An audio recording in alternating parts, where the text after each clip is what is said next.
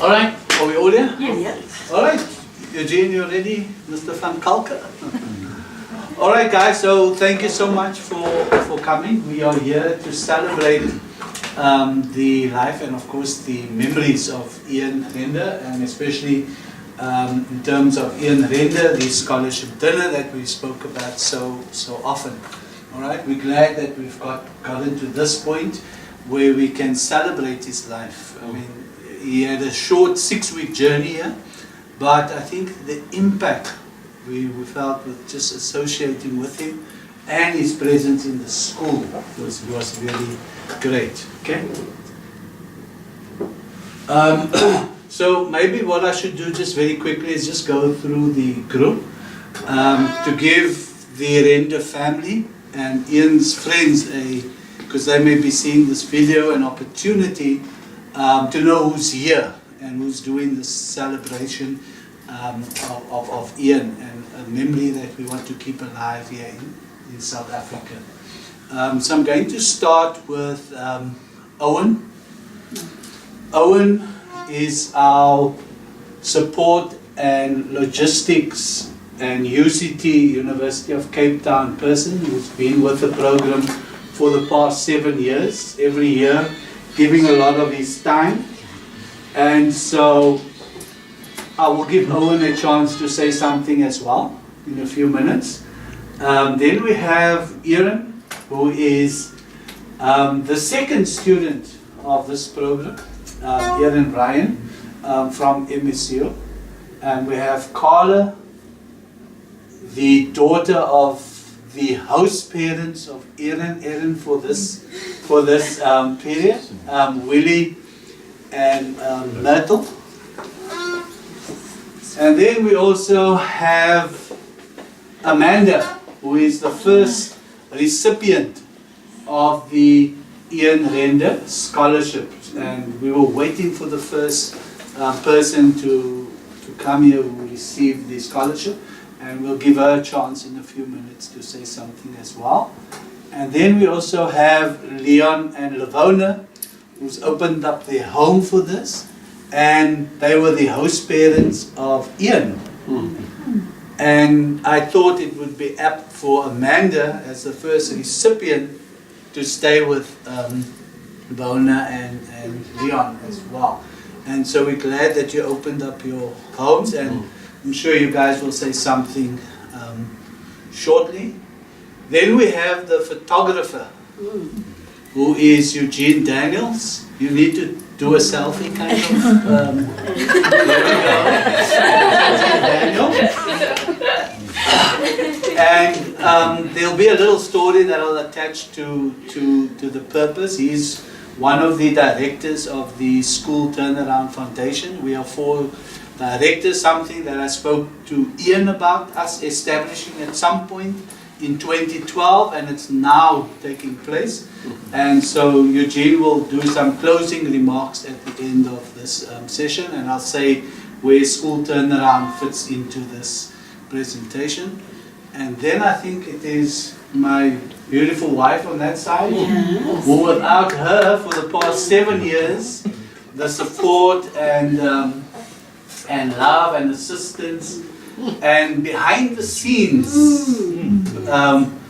that she did, that she does such a lot of stuff for this, and giving time, giving me the space to just spend a lot of time with the students over the past years. This year she spent quite a bit of time with the two as well, which I appreciate. So without her love and support, I don't think we would have had 7 to 8 years of this. So Faith, thank you so much for your support. All right, I wanna say something right up front around Ian. Ian had a very short journey here, but he was a really fantastic, a great person to interact and engage with. And during this presentation, I'll talk a little bit about that. There's much more to say, but I think I want to get into the purpose of the presentation. Now that is knowing Ian. Ian came in with a group called the Scrupulous Turcadellos. It was the craziest name because every year the group had to give themselves a name. And somehow they gave Scrupulous Turkedalos. Now Scrupulous has so many words that you can attach to it. And I've selected some of that because I think it also depicts who Ian was. In terms careful, meticulous, painstaking, thorough, honest, honorable, upright, upstanding, high-minded. And so this whole notion of scrupulous really fits his personality as well. The Turkedalos came when the group saw that thing for the first time, which is, I think we call it the guinea fowl. And they said it's a mix between a turkey and an armadillo, and then they ended up, let's call it Turkedalos. And so scrupulous was something that they picked up on the plane coming to South Africa. They engaged with some of the passengers, and the word scrupulous came out of it. They'll know more. And of course, Turkedalos from our guinea fowl. But he was in that group, you can see him on the far side there. There were 3 guys. Mario and Ian stayed with Leon. All right? I think for the 2 of them were with you, and the others were scattered all around Cape Town. Owen placed most of them in their homes. And so that is the context in which we know Ian, right? Through the interaction and engagement with that particular group.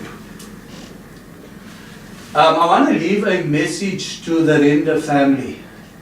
Those we love can never be more than a thought away.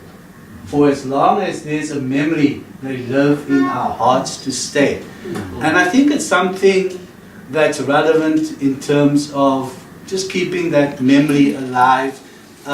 He's somebody you'll never forget, and so we appreciate everything that the Render family has done on that side to keep his memory alive, and what they're doing for us to also be part of the celebration as Ian's Cape family. Now, there's an Ian Render story that I think must be told, and his mom and the family put together this letter, and I'm going to ask Ellen to read it for 3 reasons. 1, she's an English teacher, so she knows all the words. Also, she reads so well as well. And the 3rd reason, I'm going blind, I can't see. And so, Ellen, if you will read for us, because I think it's really, if you can see that. Okay. My son, Ian Render, was a young man who laughed often. He was a true optimist. Nothing kept him down for long. Ian was a 24-year-old second-year 7th grade math teacher when he died suddenly in November 2014. Ian had epilepsy and passed due to a little-known consequence of epilepsy called SUDEP. Ian had less than 10 seizures in the 13 years since his diagnosis, and his doctors never mentioned SUDEP to us. Ian grew up in Michigan, near Michigan State University. He didn't consider any other college for his education after high school. Ian was the ultimate MSU sports fan, attending every football and basketball game. He chose teaching as his career, largely due to the influence of his 5th grade and high school advanced algebra teachers. Ian really enjoyed the middle school age group and wanted to teach children that didn't have the advantages that he had. Ian's study abroad experience in South Africa was one of the high points of his life. He referred to it often and maintained contact with the students that shared the experience with him. He decorated his classroom and apartment with items he brought back with him. Ian really wanted to return to South Africa within a few years. Once Ian graduated from MSU and completed his internship, he accepted his first teaching job in Denver, Colorado. His first year wasn't easy. His school was in danger of not meeting educational standards, had little support for new teachers, and Ian fractured 4 vertebrae in a car accident. He was working on his master's online and coaching basketball as well as teaching. As soon as the school year ended, Ian suffered his first seizure in 12 years. Ian accepted a new teaching job for his 2nd year with the Denver School of Science and Technology. He loved working at DSST. The young teaching staff was very supportive and friendly. Ian really enjoyed the students in his classes. He also enjoyed helping his homeroom kids before and after school with math issues and personal issues. 2 days before he died, Ian went with another teacher to purchase a belt and shoes for a student who couldn't afford them, but needed to meet the dress code regulations. Our family has tried to continue helping this special school by providing food for families at Christmas and awarding 2 scholarships in Ian's name every year. To help understand what Ian exemplified, I've included a short essay that Ian wrote for a teacher in Service Day prior to his 2nd year of teaching. I hope it helps you understand what mattered to him. My family and I hope you have a wonderful experience in South Africa. I would like to thank Corbel for being Ian's mentor and for helping keep his memory alive. Thank you, Ann Render. Good, thank you. So let's give Ann. I think it's a wonderful tribute and an understanding of Ian from the family's point of view, and our short experience I think is a tribute to that as well. Thanks, Evan. Well done. I think with that said, it gives us just this picture of who he was, right? And so, as you can see, he was a family guy. He always spoke about his family, especially his parents, and how he missed them even, right? He was enjoying it here, but he missed them. And so we see him as the family guy. But on top of that, he also has a mission statement, which was also written by him to the school that he applied to one of the teachers. I'm going to ask Amanda maybe to read that for us, because I think it says what his idea was and what he wanted to do and what he wanted to achieve. And then maybe immediately after that, Amanda, to render your thanks as the recipient of the Ian Render Scholarship. All right? Just over a year ago, I remember how excited I was for my big move to Denver. I had just finished college and I was ready to take on the world. I wrote a teaching philosophy about how I was going to make a difference in the lives of my students, reflecting a mission of mine to put a smile on everyone I meet and make that difference. I told myself I would strive to make each student smile by not only building those relationships, but also in building the self-confidence to succeed and enjoy math as a subject. Seeing people smile was always so uplifting in my life. I had done mission trips across the USA and did a study abroad in South Africa. With my education, I felt prepared for what the school year would entail and empowered to make a difference. Soon later, life provided 3 unforeseen, harsh moments where I got beat down and had to get back up. I had to keep going. I quickly learned that through the past and present relationships, I had built a persistence that could overcome any obstacle I would face. My personal mission has not changed. I still want to make a difference in the life of students, but now there are 2 angles I would love to approach. The first stays the same. Making those around me smile is still my most important mission as a teacher, but I have found another aspect that my students need to develop. I am ready to help students learn that the road to success isn't always perfect.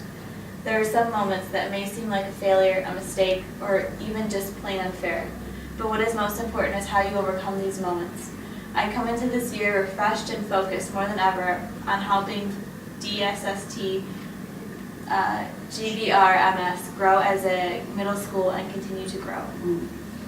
Okay, thank you. Maybe I should just say something in terms of watching Ian, and we had lots of conversations around his approach to teaching and how he loved the kids, but he didn't just love them, he cared for each one of them. And he used to tell me, what can I do for this guy? He's got this problem or that issue. And we would talk about how he could overcome some of the difficulties and problems. And he said to me, after being at Nedomen for just 4 weeks in the classroom, he is prepared for anything. And if you've been to Nedomen, you'll know why he said that, right? Because it's an empowering experience if you're going into difficult schools anywhere in the world. The Nedomen experience is a very special one, and that's why I protected them from going from going to Nedomen. but I think that experience made him the richer, right? So maybe Amanda as the first recipient. Well, thank you. So first of all, I would like to say thank you to everyone involved, not only the family who gave me this gift, but to my host parents, Corval and his wife Faith, and my fellow student Aaron. So after coming to Cape Town, I realized that people will forget what you do, people will forget what you say, but they never forget how you make them feel. And although I didn't know Ian, I feel like I know him a little bit just by seeing the smiles on people's faces when they talk about how he made them feel. So I can tell that he was a very special person just by listening to everybody's remarks. Before I even looked at a study abroad for this summer, I knew that I wanted to do something special. I wanted to do something different, and I wanted to do something that would help improve me not only as a teacher but also as a human being. And I saw that there was a program in Cape Town, and I got very excited because I'd always wanted to go. But I was worried that I wouldn't be able to pay for it. And as always, I always think that money shouldn't be a factor into bettering yourself. And so coming across this scholarship has made these opportunities possible for me. I had asked Corval if there was one thing Ian had always wanted to do when he came here but was unable to, and he had told me that Ian really wanted to go bungee jumping, but because of his condition, he was unable to. So Aaron and I went bungee jumping this past Saturday, and when I was standing there, I was nervous, but I was also very excited because I knew I wasn't just doing it for myself, but I was doing it for Ian. I was doing it for all the people that don't get those opportunities in life. And falling was one of the best experiences because your whole life kind of just flashes, and you think about what's important. And I can already tell that he was an amazing human being, and we have a lot in common, clearly, because the most important thing to both of us is just that we make people smile. And if I can promise one thing, is that I hope to be the person that he strived to be. And so that's my main goal, is to just continue to embody everything that he strived to be and everything that he valued in life, because it reminds me that I should never forget it, and that I should never forget to be grateful not only for this scholarship but for the things that people don't get to do in life. So, thank you very much.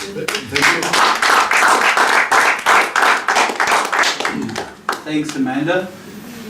So just to say that we're really glad that Amanda could make it, because initially we thought that she wasn't going to make it for personal reasons on that side, with grandma getting very, very sick. She had to stop her holiday in Spain to go back and cancel the flight to Cape Town, which was from Spain to here. And so we've been interacting for the 2 weeks, and so we're really excited that you eventually made it and that you're here, and it's just another couple of days left in your journey here as well. And so thank you for those kind words as well. And so I call this contemplative guy with a mission. All right? You would always sometimes see him just hanging back, kind of thinking deeply around stuff. Even on the mountain, he would sit and overlook the city, and clearly he was busy thinking around stuff.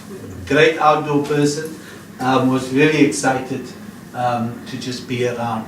As part of the mission, I think I'm going to ask Leon maybe on behalf. By the way, we're only missing one couple, and that was Mac or Ian. It's the maths teacher that Ian worked with, who was going to be here, but then unfortunately couldn't make it on the last minute. So he's the only person not here, but I'm sure Leon will be able to speak on behalf of hosting Ian and on behalf of having him at the school. Leon? Okay. Thank you, Cole, for the opportunity and privilege we had as a family to host Ian. It was Ian and Mario, two fantastic guys we had in our home. And I can still remember sitting where the food is now with Ian, and he was just sharing, different experiences with us as a family. But then I took him along to the school where I'm at, Nedoman High School, and it was a tremendous challenge for him. It was something new, especially a government state school where I'm at, and the experiences that he faced. I remember one day he had to stop an altercation where two guys were busy having a brawl. He jumped in and he managed to separate these boys. I also see him playing basketball on our court at Nedoman, and he brought a big impact to the youngsters there.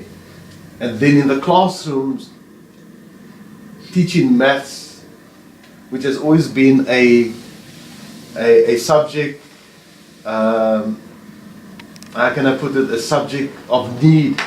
He came in and he rescued a situation where he came in and just brought his ideas, and he was so good at teaching maths that a lot of youngsters loved him, they appreciated him, and also and still up till today, some of them still remember, those in grade 12, what he brought to them. And so as a host family, we were saddened to hear of his passing, and I always say that a life gone too soon, and we will miss him, but his memory will remain in our hearts forever. Thanks. Thanks.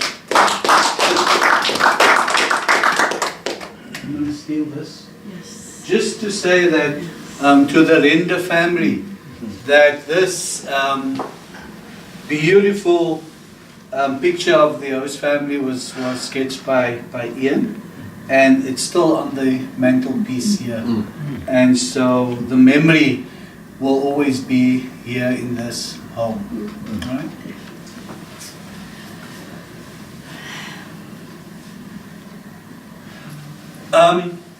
Ian was also a really targeted person in the group. They took the mickey out of him and they teased him, especially the girls, but he was just nonchalant and he didn't care. And so just to reflect, two of them, and a lot of the pics that you will see was done by Adam. If you see, Adam is the other guy in the picture there, who by the way took 17,900 pictures while in Cape Town. In fact, after a year he was still busy downloading some of the pics, and he's been sharing some of that, and I'll show you what he did in a few minutes. But this is Lauren who wrote a little bit about that. Carlo, will you read for us? 4 of us travelled together from Detroit through London to Cape Town, and quickly felt like a family. Ian was the goofy dad, helping us navigate London streets, while making us laugh with his terrible English accent. When we hiked Table Mountain, I struggled on the way down, since it was near dark and I do not enjoy heights. Ian stayed back with me at my slow pace, and kept me company the whole time. One of the most caring, fun and joyful people I've ever known. And so it's nice just to hear the peers of the scrupulous Turcadillos saying something about their journey with Ian. So that was Lauren, and she's on this side of Ian. And then another one just by Anna and my wonderful friend Ian. Faith, will you read that one for us? Asabif. Ian was one of the kindest, most genuine people I've ever met. One of my favorite memories of Ian was when we visited a very poor township, shown to the right, and the children were so excited to see his camera. Ian, without an ounce of hesitation, shared his pictures with them and let them take their own pictures with his camera. His eyes lit up seeing their happiness. Although Ian only graced my life for a few short months, he made a very influential impact on me. He has forever changed the way I interact with my students, my friends, and the world around me. And so that's another reflection from Anna, a different memory, and I'm sure if we got from the others, they would have a similar experience around him and the impact he had on the group that he was with.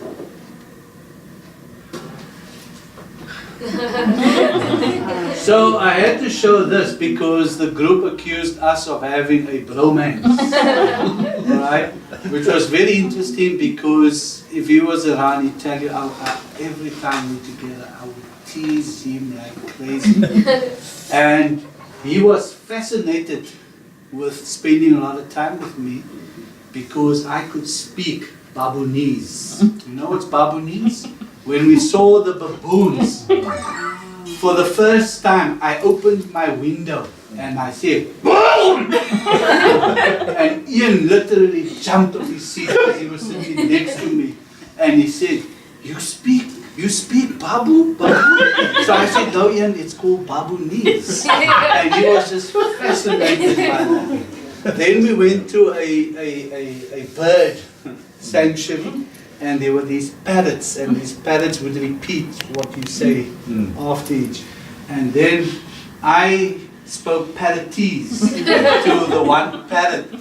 And this parrot was looking at me, and when I said something to the parrot in pure gibberish, right, but I called it parrotese, Ian was on the floor laughing because the parrot went absolutely nuts. And he wanted to know what I said to the parrot. And I said to the parrot, if you don't make a noise, I'm going to eat you tonight. And so we spent a lot of fun time together talking. He was great to chat to. We spent a lot of time on our outings talking. He always sat in front of me because I ended up driving a bit for that trip. And him or Adam was always in front, and so we shared quite a lot, and I thought I'd share that with you. And just to say that he was a fun guy. If you look, this picture at the bottom, you see that look that he gave me? The group spoke about that look virtually the whole trip, and they were teasing him because they were trying to analyze what that look meant, because obviously he was with all the females at that point. And so he was a fun guy. By the way, this group was, they were crazy in their own right. They warned me that they're going to jump into the pool. We were at a place called Dale, and there was a swimming pool. And they warned me that sometime after 12 midnight, they're going to jump into the pool, and it's winter and it's freezing. And I spoke to them up to, I think it was 1:30, and something told me there's something fishy going on here. They're up to a trick, but I think they're waiting for me to disappear. And so I disappeared to my room. That's 1:30 in the morning, and I opened my window because I had a feeling. And then 4 girls came running out with their bikinis, and they jumped into the water. And as they jumped into the water, Ian came running out in his bather, and he was upset with them because they had to wait for him. So he made them get out of the water, and then they all held hands and they jumped together. Needless to say, 3 of them were very sick for the next 2 days. But that's again who he was. And maybe, Owen, you also spent quite some time with him, just from your side. Yeah, I'm Owen Kiewitz, and I'll just give a brief background of my involvement with the MSU Study Abroad program. I think we started in 2009. Corval was obviously in Michigan, and because of our link at UCT, he would always ask me to make the necessary arrangements, like at UCT, like arrange logistically the venues where we will get different academics speaking to the students, on our side, like the curriculum explaining to the students before they will go out to the schools. And speaking about the schools, Corval would ask me to arrange the schools, mostly in the northern suburbs where I come from, and I knew quite a number of principals there, and set up this, and obviously house parents at the schools, and the grades where they will be teaching at, doing their internship. It was quite a lot of fun because I used to, with Corval we used to visit the students at these schools. And what was quite amazing also is that at two particular schools, some of the learners, the first 2 days, they will not listen to what the students will teach, but they will concentrate more on your way of speaking, And can you still remember at one particular school where the learner, I think it was at Aikendal, where the one learner asked one of the students, "Are you from the moon?" Because of the accent. But nevertheless, we took them on various field trips. Besides, here in Cape Town, we took them to the Overberg. I think you went to the Overberg already. And Overberg, we took them to shark cage diving. Took them to the most furthest point in Africa, Cape Agulhas, and various other places, the West Coast. We went to Iguatu, and then the fossil park. We went to go and show them where Owen and myself come from. Yeah. They found us Quite there at the fossil park. And then the last one was down on the Southern Cape, where the most interesting one was the bungee jumping, the game reserve, the ostrich farm, the kangaroo caves, and all those. Those are just in brief, where we went to. But where one of my brief conversations with Ian, we were at a bungee, and all the other students went on the bungee, and Ian stayed behind with Johnny and myself, and he became very emotional, and we spoke to him just to encourage him. The reason why he said is he came all the way to South Africa, and the bungee was one of the things that he wanted to do. And he was now advised he can't because of the problem. And anyway, he started crying, and we encouraged him. But he ended off, "I'm coming back to South Africa. I must do the bungee." And that is something that stuck to me all the time, And Johnny and myself, we were driving back on the road, and Ian was still emotional, until we got him over that, to settle down a little bit. That is just in brief I can talk a lot, much more about it. Okay, great. Thanks, Owen. Okay, and just to add a few more,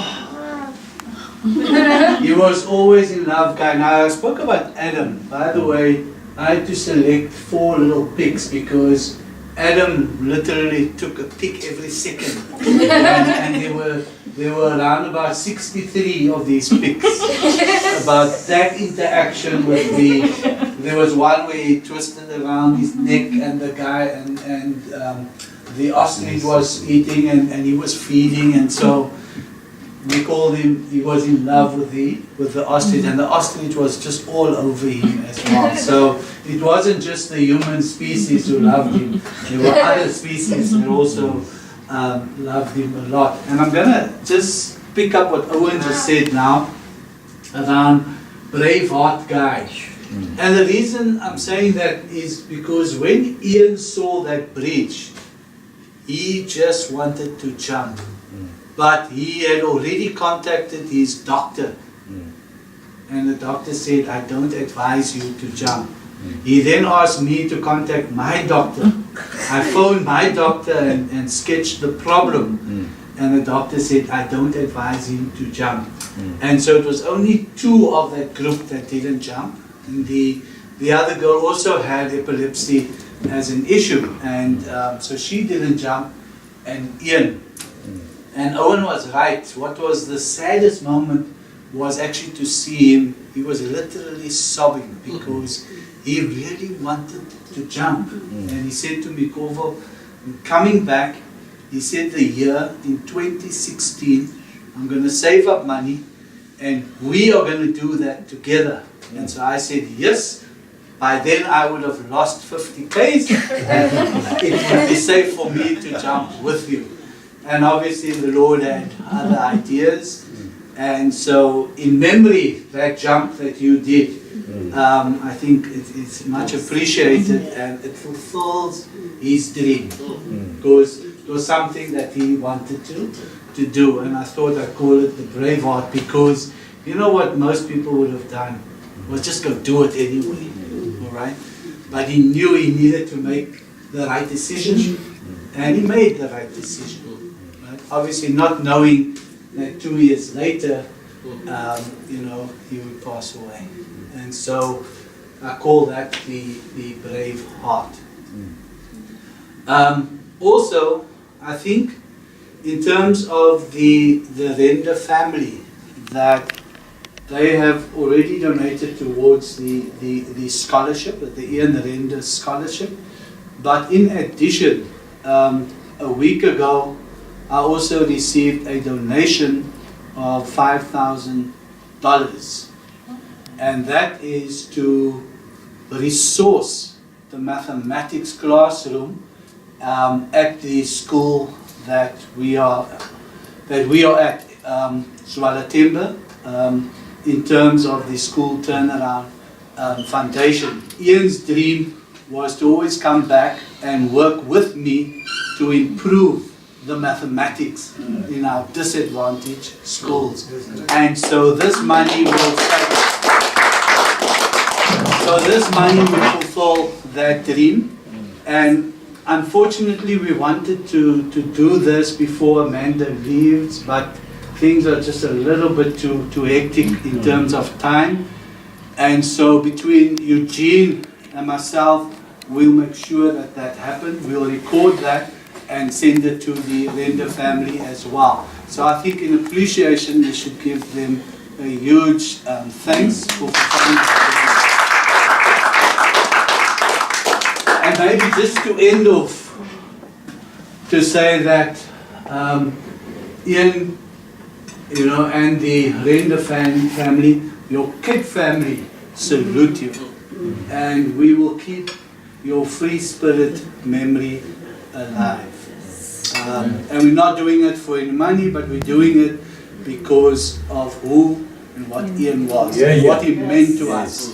And so from all of us, I think we appreciate the Render family for their input, and from our side, his memory will always be with us as well. Thank you so much for listening, guys.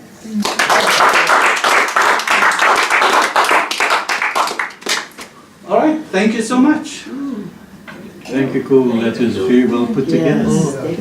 Good, thanks. So this is what we're going to send back to them, the video and